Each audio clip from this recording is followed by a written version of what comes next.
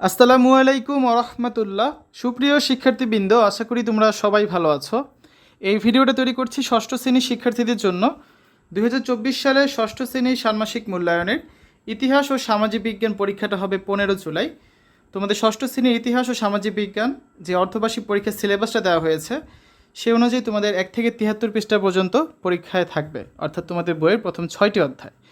তো আমরা তোমাদের যেহেতু পরীক্ষা 15 তারিখ আসতে এখনও 4-5 দিন বাকি আছে, এই 4 দিন আমরা কয়েকটা পর্বে তোমাদের বইয়ের একক কাজ, জোড়াই কাজ, দলগত কাজ এগুলো নিয়ে আলোচনা করব। আর পরীক্ষার আগের রাতে আমরা একটা চূড়ান্ত সাজেশন দিয়ে দিব। তো এই ভিডিওগুলো তোমরা দেখবে, আশা করি খুব ভালো একটা পরীক্ষা দিতে পারবে, ঠিক আছে? তো আজকে আমরা আলোচনা করব পর্ব 1। তোমরা যারা এখনও অন্যান্য বিষয়ের ভিডিওগুলো দেখো নি, ইউটিউবে সার্চ অপশনে গিয়ে মেকানিক্যাল ইঞ্জিনিয়ারিং লিখে সার্চ করলে তোমরা আমাদের চ্যানেলটা পেয়ে যাবে। সেখানে দেখবে যে প্রত্যেকটা ক্লাসের জন্য আলাদা আলাদা করে প্লেলিস্ট করা আছে। তো তোমরা ষষ্ঠ শ্রেণীর শিক্ষার্থীরা ষষ্ঠ শ্রেণীর যে প্লেলিস্টটা রয়েছে ষষ্ঠ শ্রেণীর ষান্মাসিক মূল্যায়ন নামে, এখানে গেলে দেখবে তোমরা যে ষষ্ঠ শ্রেণীর প্রত্যেকটা বিষয়ের উপর নমুনা প্রশ্নপত্র দেওয়া আছে। এছাড়াও ষষ্ঠ শ্রেণীর অধ্যায়ভিত্তিক কিছু সাজেশন এখানে দেওয়া আছে। তোমরা খুব সহজে ভিডিওগুলো এই প্লেলিস্ট থেকে খুঁজে নিতে পারবে, ঠিক আছে? তো এই তোমাদের বইয়ের সূচিপত্র। দেখো, প্রথম অধ্যায়ে রয়েছে নানা পরিচয় আমি, দ্বিতীয় অধ্যায় সক্রিয় নাগরিক ক্লাব, তৃতীয় অধ্যায় ইতিহাস জানার উপায়, চতুর্থ অধ্যায় বিজ্ঞানের চোখ দিয়ে চারপাশ দেখি, পঞ্চম অধ্যায় বাংলা অঞ্চলের ইতিহাসে ভূপ্রকৃতির প্রভাব, এবং ষষ্ঠ অধ্যায় রয়েছে দক্ষিণ এশিয়া ও বিশ্বের ইতিহাসে ভূপ্রকৃতির প্রভাব। এই যে 6টা অধ্যায়, এই 6টা অধ্যায় মিলেই তোমাদের এই ষান্মাসিক মূল্যায়ন কার্যক্রমটা কিন্তু সম্পন্ন হবে, ঠিক আছে? তো দেখো, প্রশ্ন 1-এ আর রেখেছি আমরা একটা একক কাজ, খুবই ইম্পর্টেন্ট একটা কাজ। এই ধরনের কাজ পরীক্ষা থাকতে পারে। জাতির পিতা বঙ্গবন্ধু শেখ মুজিবুর রহমান, বেগম রোকেয়া আর বিজ্ঞানী আইজ্যাক নিউটনের জীবনের বিভিন্ন গুরুত্বপূর্ণ দিক জেনে তাদের পরিচয়ের ছক তৈরি করো।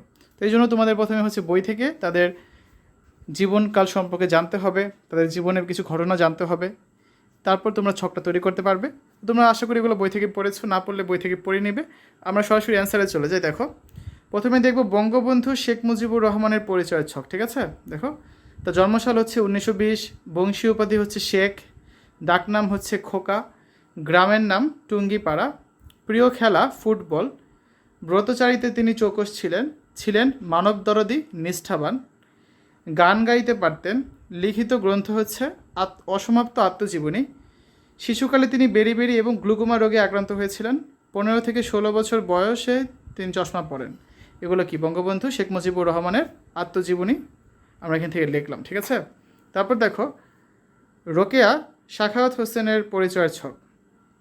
তার জন্ম তারিখ 1880 সালের 9 ডিসেম্বর। তার ডাকনাম ছিল রুকু। বড় ভাইয়ের বই তিনি লুকিয়ে পড়তেন। তিনি একজন সাহিত্যিক ছিলেন। তিনি মেয়েদের জন্য স্কুল প্রতিষ্ঠা করেন। মোমবাতি জ্বালিয়ে রাতের আধারে তিনি ইংরেজি পড়তেন। জমিদার বাড়িতে তিনি জন্মগ্রহণ করেন। লেখাপড়া শেখার প্রতি তার ছিল তুমুল আগ্রহ।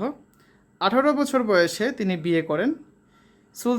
সুলতানাস ড্রিম তার লেখা গ্রন্থ। তিনি ইংরেজি বই পড়তে ভালোবাসতেন। এগুলো কি দেখলাম আমরা? রোকেয়া সাখাওয়াত হোসেনের পরিচয়, ঠিক আছে? এরপর আছে স্যার আইজ্যাক নিউটনের পরিচয়ের ছক। দেখো, তিনি রয়্যাল সোসাইটির সভাপতি ছিলেন। তার জন্ম তারিখ 1642 সালের 25 ডিসেম্বর। তিনি নাইট উপাধি লাভ করেছিলেন। তিনি একজন কৃষক পরিবারের সন্তান ছিলেন। তিনি অঙ্ক দিয়ে সমস্যার সমাধান খুঁজতেন। তিনি ক্যালকুলাসের আবিষ্কারক। তিনি মহাকর্ষ বল তত্ত্বের আবিষ্কারক। তিনি একজন আপন ভোলা টাইপের লোক ছিলেন। আলোর প্রতি তার ঝোঁক ছিল প্রবল। এগুলো আমরা কি দেখলাম? স্যার আইজ্যাক নিউটনের পরিচয়, ঠিক আছে? এই আমাদের প্রথম প্রশ্নের উত্তর। দ্বিতীয় প্রশ্নে আমরা একটা দলগত কাজ রেখেছি, ব্যক্তি ও সমাজের মাঝে সম্পর্ক নিয়ে আলোচনা করো। ব্যক্তি ও সমাজের মাঝে সম্পর্ক। ব্যক্তি ও সমাজ পারস্পরিকভাবে সম্পর্কযুক্ত। ব্যক্তিকে নিয়েই সমাজ গঠিত হয়। অপরপক্ষে সমাজ ছাড়া ব্যক্তির অস্তিত্ব কল্পনা করা যায় না। এ সম্পর্কে ম্যাকাইভার বলেন, সমাজ সামাজিক সম্পর্কের এক জটিল জাল, যার মধ্যে আমরা বাস করি।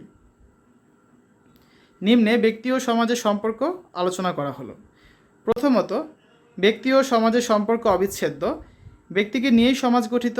ব্যক্তির অবদানে সমাজ সমৃদ্ধ হয়, আর সমাজ ব্যক্তির বহুবিধ চাহিদা পূরণ করে।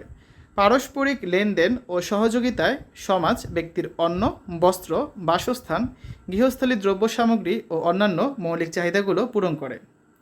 দ্বিতীয়ত, সমাজ ব্যক্তিকে মূল্যবোধে সঞ্জীবিত করে। ন্যায় অন্যায়, ভালো মন্দ, উচিত অনুচিতের ধারণা ব্যক্তি সমাজ থেকে লাভ করে। সমাজে বাস করার ফলে কতগুলো প্রতিষ্ঠিত নিয়ম নীতি, যেমন সততা, নিষ্ঠা, শৃঙ্খলাবোধ প্রভৃতি ব্যক্তির মধ্যে জন্ম নেয়।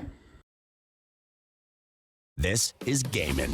With our free Windows downloadable software, you'll have access to a game.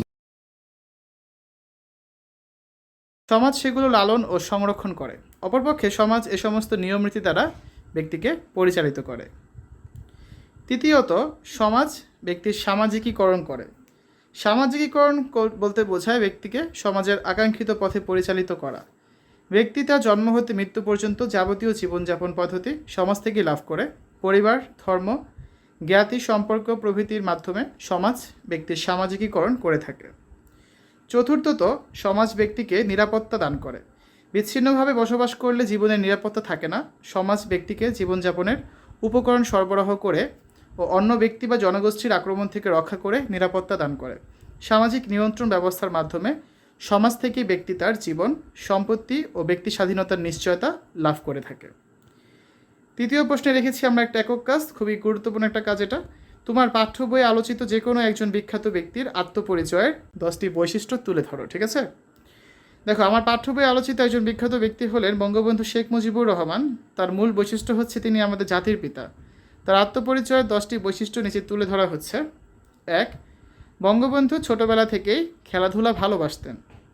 2. বঙ্গবন্ধুর ডাকনাম ছিল খোকা। 3. বঙ্গবন্ধু ছিলেন মিশুক স্বভাবের। 4. বঙ্গবন্ধুর প্রিয় খেলা ছিল ফুটবল খেলা। 5. বঙ্গবন্ধু গান পছন্দ করতেন।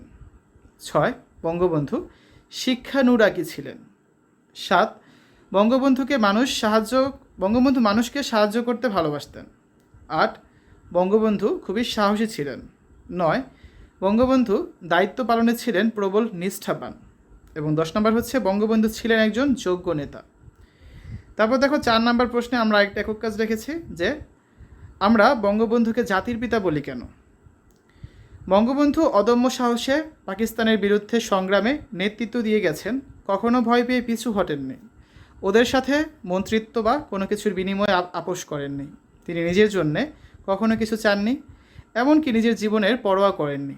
ওদের ষড়যন্ত্র, নির্যাতন, মামলা কিছুতেই তিনি টলে যাননি। এমন নেতা এদেশের মানুষ এর আগে কখনো দেখেনি, তাই সবাই তার ডাকে সাড়া দিয়েছিল। তিনি আমাদের সবাইকে এক করলেন আর বীরের জাতিতে পরিণত করলেন। কোনো নেতার এসব দেশের প্রতি এত টান, হৃদ্যতা ও ভালোবাসা বিরল ঘটনা। এসব মহানুভবতার কারণে আমরা বঙ্গবন্ধুকে জাতির পিতা বলে থাকি। তো শিক্ষার্থীরা, এ ছিল আমাদের আজকে আলোচনা। এতক্ষণ আমরা দেখলাম ষষ্ঠ শ্রেণীর ষান্মাসিক মূল্যায়নের ইতিহাস ও সামাজিক বিজ্ঞান পরীক্ষার কিছু নমুনা প্রশ্ন এবং তার উত্তর। তোমরা এ ধরনের আরও কিছু পর্ব পাবে। যেহেতু পরীক্ষা আসতে এখনও 4-5 দিন বাকি আছে, তোমরা 4-5 দিন এগুলো পড়তে থাকো। পরীক্ষার আগের রাতে আমরা একটা চূড়ান্ত সাজেশন দিব। তো সবগুলো ভিডিও দেখে পরীক্ষা দিতে যাও। আশা করি